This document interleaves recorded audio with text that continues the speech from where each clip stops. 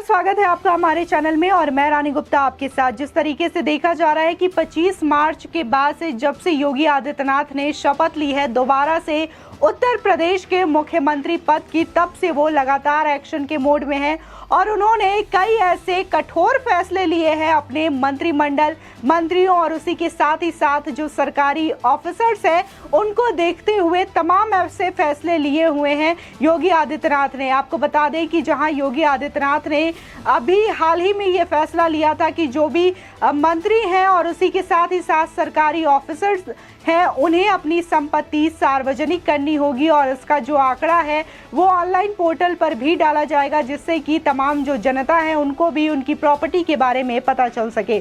आपको बता दें उसी के साथ ही साथ योगी आदित्यनाथ ने ये भी कहा है कि उनके किसी भी परिवार का कोई भी जो व्यक्ति है उनके किसी भी कार्य में हस्तक्षेप नहीं करेगा। इसी के साथ ही साथ आज योगी आदित्यनाथ ने एक नया फैसला अपने मंत्रियों के लिए लिया है और अपने मंत्रियों को सख्त हिदायत दी है कि कोई भी मंत्री 5,000 से ज़्यादा के गिफ्ट एक्सेप्ट नहीं करेगा। यदि उस गिफ्ट की कीमत 5,000 से ज़्यादा रुपए की होती है तो उसे सरकारी खजाने में जमा करवा दिया जाएगा। इसी के साथ ही साथ यदि कोई विदेश से उनके लिए कोई गिफ्ट भेजता है तो उसके बारे में भी पूरा विवरण जो है वो सरकार को देना होगा और यदि उसकी धनराशि 5,000 से ज़्यादा होती है तो उसे सरकारी कोष में जमा करने के निर्देश सीएम योगी आदित्यनाथ ने दिए हैं। आपको बता दें कि सीएम योगी आदित्यनाथ लखनऊ में एक कार्यक्रम में शामिल हुए जहां पर उन्होंने पिछले जो सरकार थे उन पर कटाक्ष करते हुए, हमला करते हुए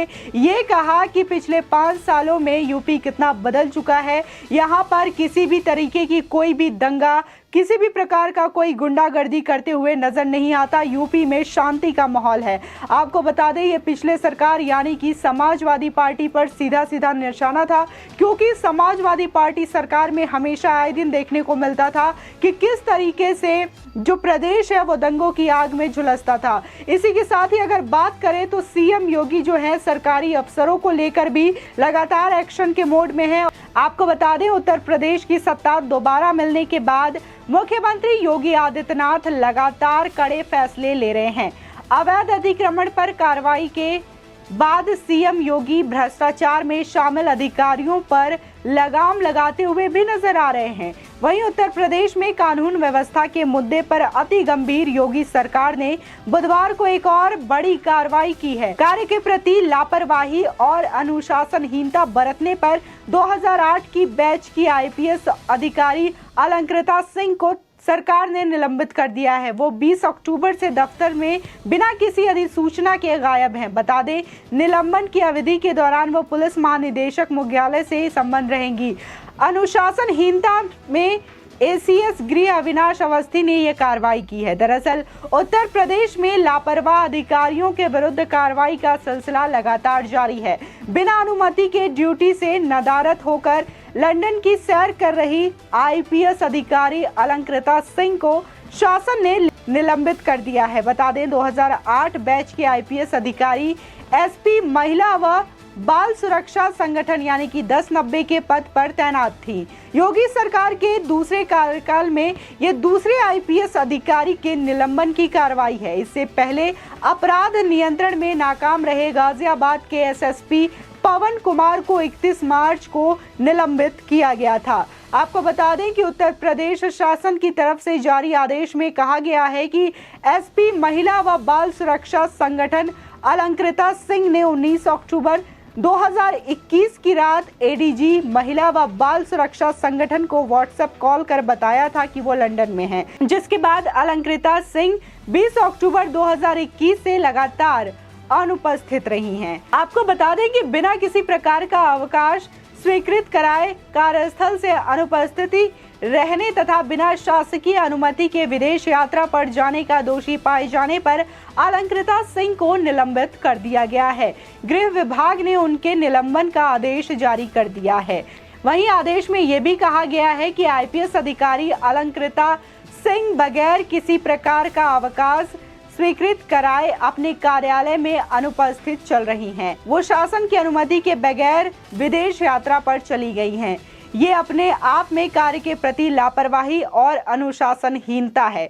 तो वहीं अगर योगी आदित्यनाथ के एक और फैसले की बात करें तो उत्तर प्रदेश के मंत्रियों को परिवार संग अपनी संपत्ति जानकारी सार्वजनिक करने के अलावा उपहार स्वीकार करने में भी सावधानी बरतनी होगी। मंत्री अब 5,000 से ज्यादा कीमत की गिफ्ट नहीं ले सकेंगे। इससे ज्यादा कीमत के गिफ्ट कोषागार में जमा कराने होंगे। आपको बता दें, ये निर्देश सीएम योगी आदित्यनाथ ने अपने मंत्रियों को दिए हैं। बताया जा रहा है कि मंत्रियों को इस संबंध में बाकायदा लिखित में आचार संहिता उपलब्ध करा दी गई है और कहा गया है कि ऐसे प्रतीक जो सामंत शाही का बोध कराते हैं, जैसे सोने चांदी के मुकुट आदि, स्वीकार नहीं करने चाहिए। मंत्रियों से 5,000 से अधिक कीमत के गिफ्ट पर रोक लगाने को पूरी तरीके से कहा गया है। लोक प्रतिनिधित्व अधिनियम के तहत सभी निर्वाचित सदस्यों, जिसमें मंत्री भी शामिल हैं, आपको बता दें, उनके लिए सार्वजनिक आचार के मानक तय किए गए हैं। वहीं वर्ष 2017 में पहली बार मुख्यमंत्री बनने के बाद भी योगी आदित्यनाथ ने मंत्रियों से अपनी संपत्ति सार्वजनिक करने को कहा था। सीएम योगी ने खुद इसका पालन भी किया है। बाकी मंत्रियों को अपना ब्यौरा तत्कालीन वित्त मंत्री राजेश अग्रवाल को देना था। बताया जा रहा है कि कई मंत्रियों ने ब्यौरा काफी समय तक नहीं भेजा था। वहीं कई मंत्रियों की ये भी दलील थी कि विधानसभा चुनाव में वे लोग चुनाव आयोग में बाकायदा शपथ पत्र दे चुके हैं। अब सीएम ने इसी मुहिम का दायरा बढ़ाते हुए इसमें परिजनों को भी शामिल कर लिया है। वहीं मंत्रियों से आचार संहिता के पालन की अपेक्षा सीएम योगी ने की है। साथ ही मंत्रियों को बताया गया है कि वे क्या कर सकते हैं और क्या नहीं। आपको बता दें, मंत्रियों से कहा गया है कि वे किसी भी संगठन से पुरस्कार लेने से पहले उसके बारे में पूरी जांच पड़ताल करें। साथ ही संस्था ठीक है तो पुरस्कार ले सकते हैं, लेकिन इसके साथ कोई धनराशि नहीं ली जानी चाहिए। वहीं पुरस्कार देने वाली संस्था के विदेश होने की स्थिति में सरकार से इजाजत लेनी होगी। आपको बता दें, विदेश दौरे पर मिले प्रतीकात्मक उपहार जैसे सम्मान पत्र, प्रतीक चिन्ह या समारोह से जुड़े उपहार मंत्री रख सकेंगे। बाकी ट्रेजरी में जमा करवाने होंगे। वहीं मुख्यमंत्री योगी आदित्यनाथ ने मंत्रियों से हर साल अपनी पत्नी की और परिवार के सभी आश्रित सदस्यों की संपत्ति की जानकारी सार्वजनिक करने को कहा है। इसके साथ ही उन्होंने मंत्रियों से काम में परिवार का दखल न होने देने को भी कहा है और साथ ही ये भी कहा है कि मंत्री या उनके परिवार का सदस्य सरकार से मिलने वाले लाइसेंस, परमिट, कोटा, पट्टा पर आधारित काम नहीं करेगा। अगर मंत्री बनने से पहले से ऐसा कोई काम चल रहा हो तो उसकी पूरी जानकारी देनी होगी। इन सभी मानकों के पालन और उल्लंघन से जुड़े मामलों के लिए मुख्यमंत्री के नए मामले में प्रधानमंत्री और मंत्रियों के मामले में मुख्यमंत्री प्राधिकारी होंगे। वहीं बात करें लखनऊ में आयोजित एक कार्यक्रम की, तो यूपी के सीएम योगी आदित्यनाथ और वहां पहुंचे और पूर्व जो सरकार थी प्रदेश की उस पर कटाक्ष करते हुए जमकर हमला बोला और साथ ही सीएम योगी ने ये भी कहा कि 5 साल पहले उत्तर प्रदेश में दंगे, गुंडागर्दी हुआ करती थी, लेकिन अब राज्य में शांति है और अराजकता, गुंडागर्दी के लिए कोई जगह नहीं है। समाज का हर वर्ग विकास के साथ आगे बढ़ रहा है।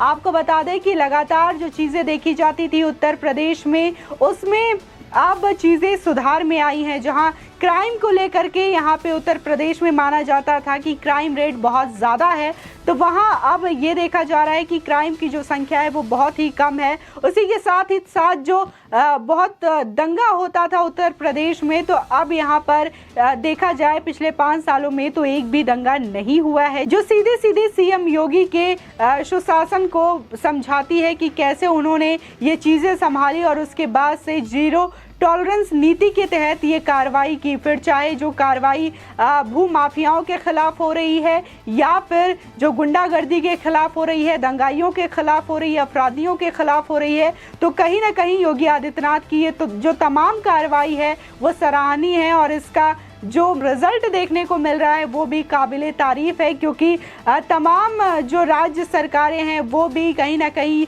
सीएम योगी आदित्यनाथ के कार्यशैली की प्रशंसा करती हुई नजर आती है। आपको बता दें कि जहां तमाम देश भर में देखा जा रहा है कि कैसे लाउड स्पीकर और हनुमान चालीसा को लेकर के विवाद छिड़ा हुआ है, तो बड़ी ही आसानी से यूपी के मुख्यमंत्री योगी आदित्यनाथ ने यूपी में यह मसला हल किया और तमाम जो विभिन्न धार्मिक स्थल है वहां से लाउड स्पीकर हटवा दिए। तो वही राज ठाकरे जो कि एमएनएस चीफ हैं, उन्होंने बाकायदा तारीफ की और योगी आदित्यनाथ को धन्यवाद भी कहा। और आपको बता दें कि राज ठाकरे ने सीधे सीधे उद्धव सरकार को निशाने पर लेते हुए ये तक कह दिया कि दुर्भाग्य की बात है कि महाराष्ट्र में कोई योगी नहीं है बल्कि यहाँ पर भोगी है। जिस तरीके से यूपी में कार्यशैली देखी जा रही है सीएम योगी आदित्यनाथ की, वो काबिले तारीफ है। वो फिर चाहे अपराधियों के खिलाफ कसता हुआ शिकंजा हो, बुलडोजर की कार्रवाई हो, या फिर वो जिस तरीके से अपने मंत्रियों और अफसरों के प्रति नई नई गाइडलाइंस जारी कर रहे हैं, तो वो भी